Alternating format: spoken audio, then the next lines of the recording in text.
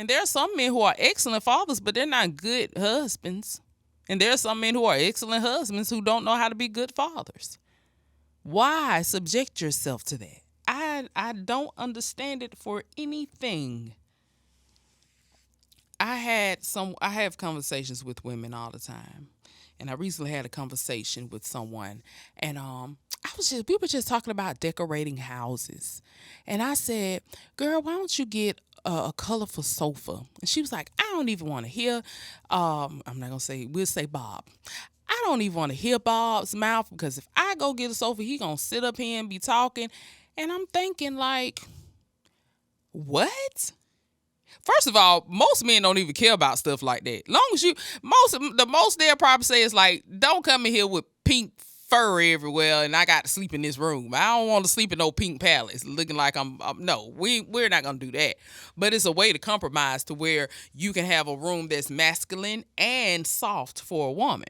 So I'm like, okay, but shouldn't a woman decorate? I mean, yeah, he can give his input, you know what I'm saying? But she turns around and say, "Well, it doesn't matter, because I buy everything in this house I brought myself." But you can't choose what color sofa? You mean to tell me I'm paying for everything in this house? I've decorated this house from the bedroom to the living room to the dining room, the wall, everything hanging on the wall came from my money, and he can tell me no to what I want to put in the house? What? And on top of that, it's so many women in sexless marriages. It's so many in marriages where they say the husband don't even sleep in the room with them. And I'm, sis, why are you there? This is what? You're married with no marriage. Y'all just got papers. Y'all really are roommates. Really roommates. And I've had somebody tell me, I was like, "Why are you with him? Why don't you get a divorce?" And she was like, "Girl, my house."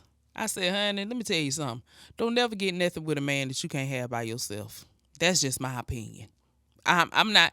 If I got with a man today and we were getting married and we signed, I would first look at, if he left me today, died today, got in a car accident today, where he lost his job today, could I handle this house by myself? Could I handle this car payment by myself? If I can't do it by myself, I'm not finna get it with him.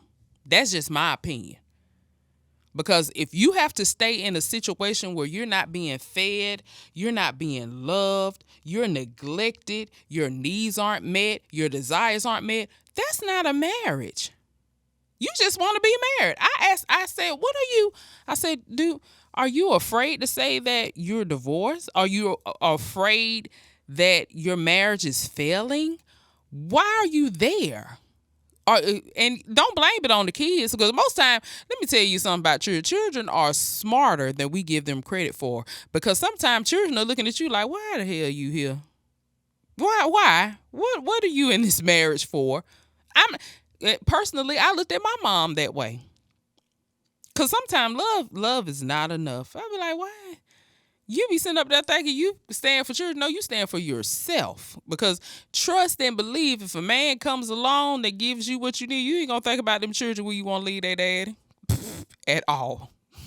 Not at all. Personal experience in my marriage, when I knew I shouldn't have got married in the first place. I always tell this story.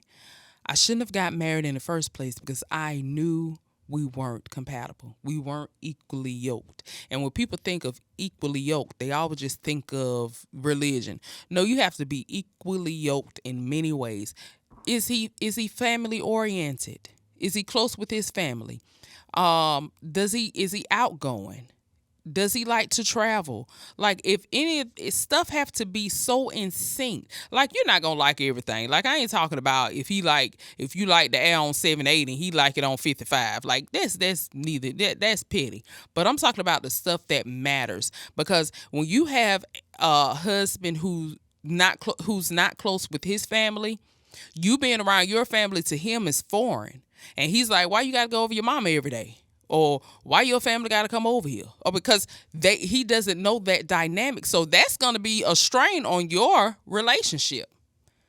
If you have a man that his friends at the house every day, they playing games, and you want some alone time, you're not really that type of person that have people over all the time, that's going to be a strain on your relationship, because you're not what is it, sociable like that. You don't associate with people that much. So having you wake up, and I know relationships like that. I know relationships, I have seen them being in, when you live in apartments, you see all types of scenarios when living around people. So I would see neighbors where the homeboy pulling up at 9 in the morning. I'm like, did you wash your face before you came over here to hang out with homie all day? Did you wash your ass? I'm just trying to understand. And she coming in and out, like, dude, why would you even be comfortable to have your homie over your house like that all day? I just don't understand why. And that'll be the same woman that will go marry this man. And you think that's gonna change in the marriage? Because some men get the notion that, okay, we married now, you definitely ain't finna tell me what to do.